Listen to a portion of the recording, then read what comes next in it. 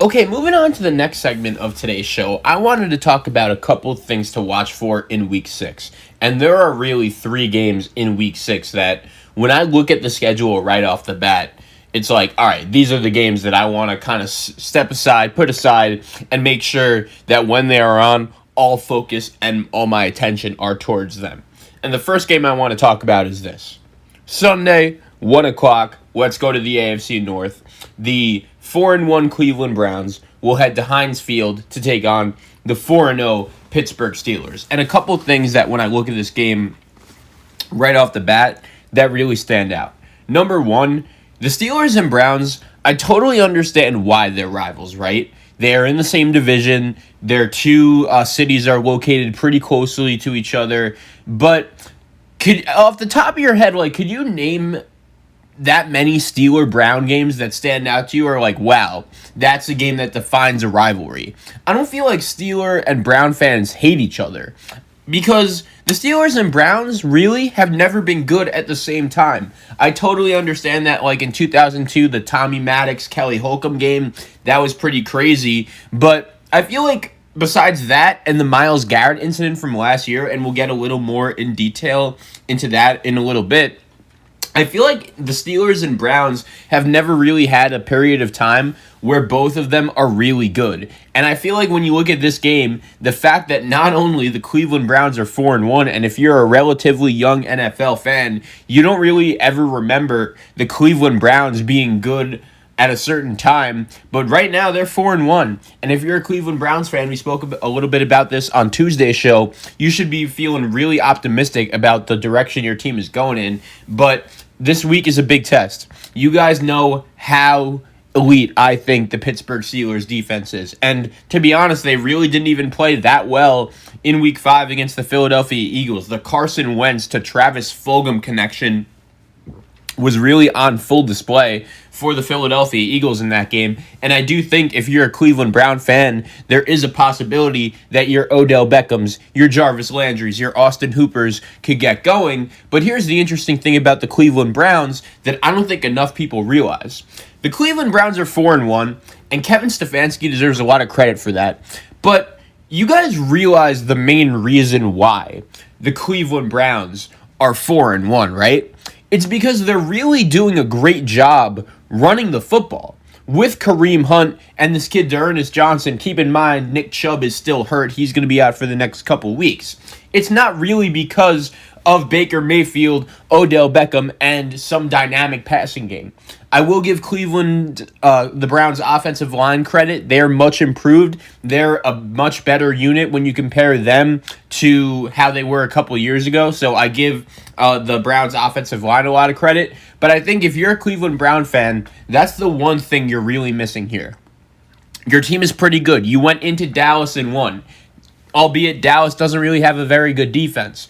Last week, you beat the Indianapolis Colts. Solid win, but Baker Mayfield really only played well for a half, and you guys know Phil Rivers right now is just not a very good quarterback. And then you beat the Washington football team and the Cincinnati Bengals, two teams that right now I think we could all agree are not very good. But what I will say is this.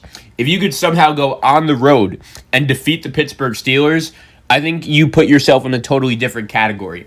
I think there's a reason why the Steelers are 4-0 so far this season, and they haven't lost yet. I'll give you guys my picks for this a little later in the show, but Cleveland and Pittsburgh is really a game I want to watch.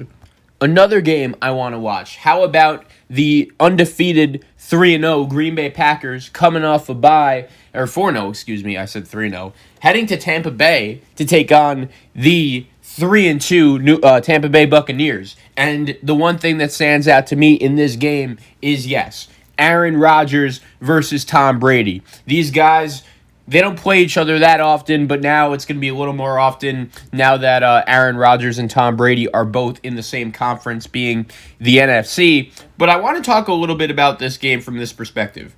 Right now, even though the game is in Tampa Bay, I think the Green Bay Packers are just significantly the better team. But with that being said, I think the game is much more important than Tampa. Let me ask you guys this. Who is the third best team in the NFC right now? I think we could all agree. Green Bay, they're up there. They're 4-0. Aaron Rodgers is playing at an elite level without Devontae Adams, and maybe it was the right move drafting Jordan Love and really just fueling that for Aaron Rodgers to be pissed off and play some of the best football I've seen him play in the last couple of years. I think right now Green Bay is at the top of the list when you ask who are the best teams in the NFC. Seattle, same thing. Russell Wilson is having an elite season. He's playing at a very high level. He has weapons. Him and DK Metcalf has really developed some nice chemistry. So I think we could all agree. Green Bay and Seattle right now, to me, look like the two best teams in the NFC. But who is the third best team in the NFC? It's not New Orleans, I'll tell you that. They should have lost to the Chargers. They lost to Green Bay. They got punked by the Raiders. They've beaten the Lions, and I understand they beat the Bucks, but neither team played very good that day.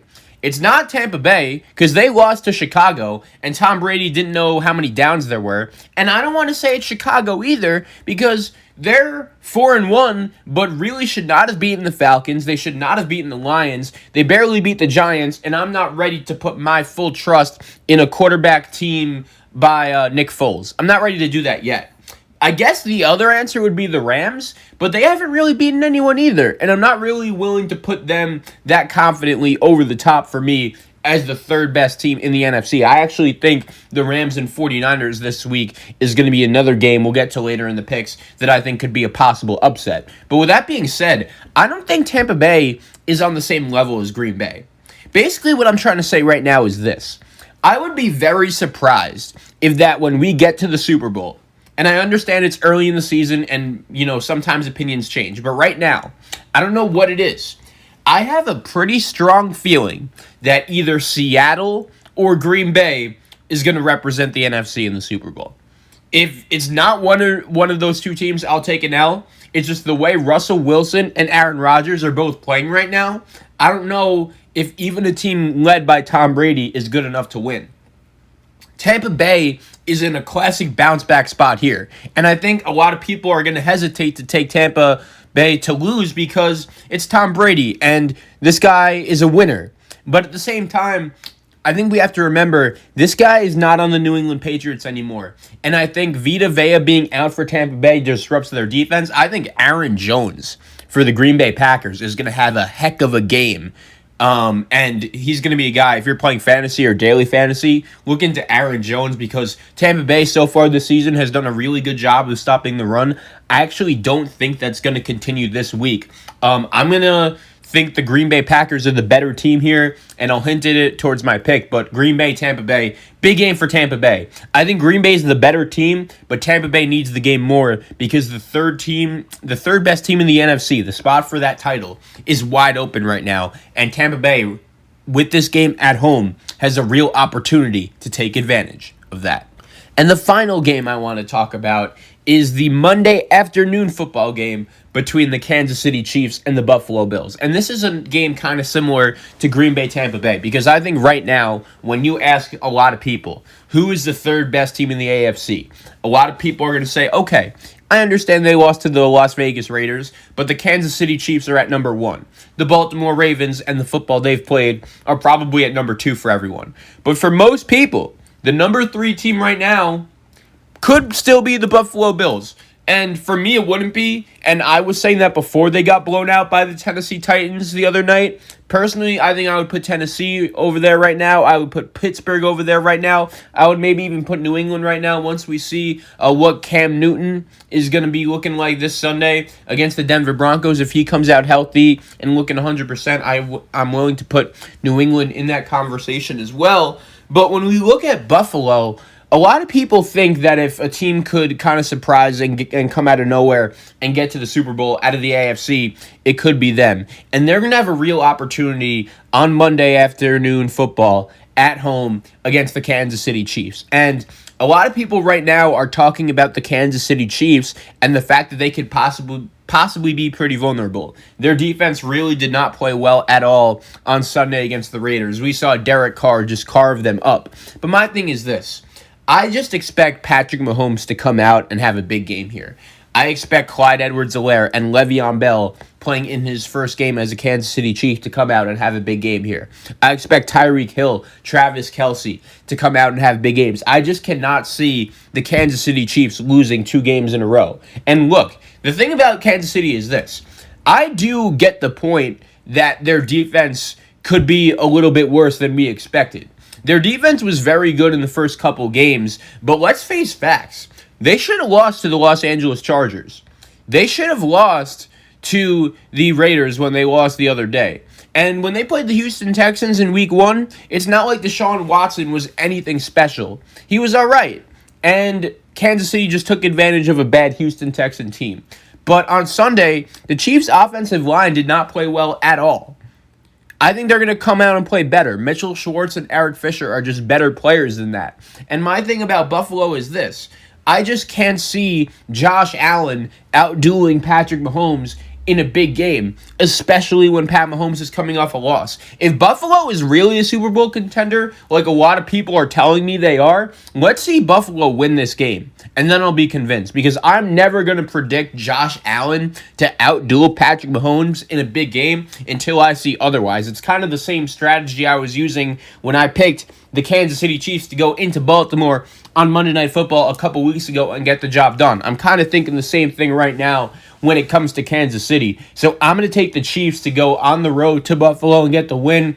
Sorry to spoil my picks for you. I just think their offense is significantly better. And Buffalo, they're a playoff team. I just don't think they have very high of a ceiling at all. The other thing about Buffalo that a lot of people aren't talking about, I think, is this. Josh Allen has really improved from last year. I get it in passer rating and completion percentage, but Buffalo has really struggled to run the football so far this season. I think it's a big loss that they didn't get Le'Veon Bell. That was a real opportunity, I think, for their team to get better. I like Devin Singletary, but he really hasn't been able to get the needle moving. And their defense isn't very good. And it's going to be very interesting to see what I think Leslie Frazier, the defensive coordinator for the Buffalo Bills, does in this game, because usually he doesn't like to blitz, but Kansas City kills the blitz. But it may be their only shot. Kansas City destroyed the blitz against Baltimore when Don Wink Martindale did it. I'm going to be very curious to see how exactly Leslie Frazier handles his sending of pressure. But Kansas City Buffalo should be a phenomenal game Monday afternoon football.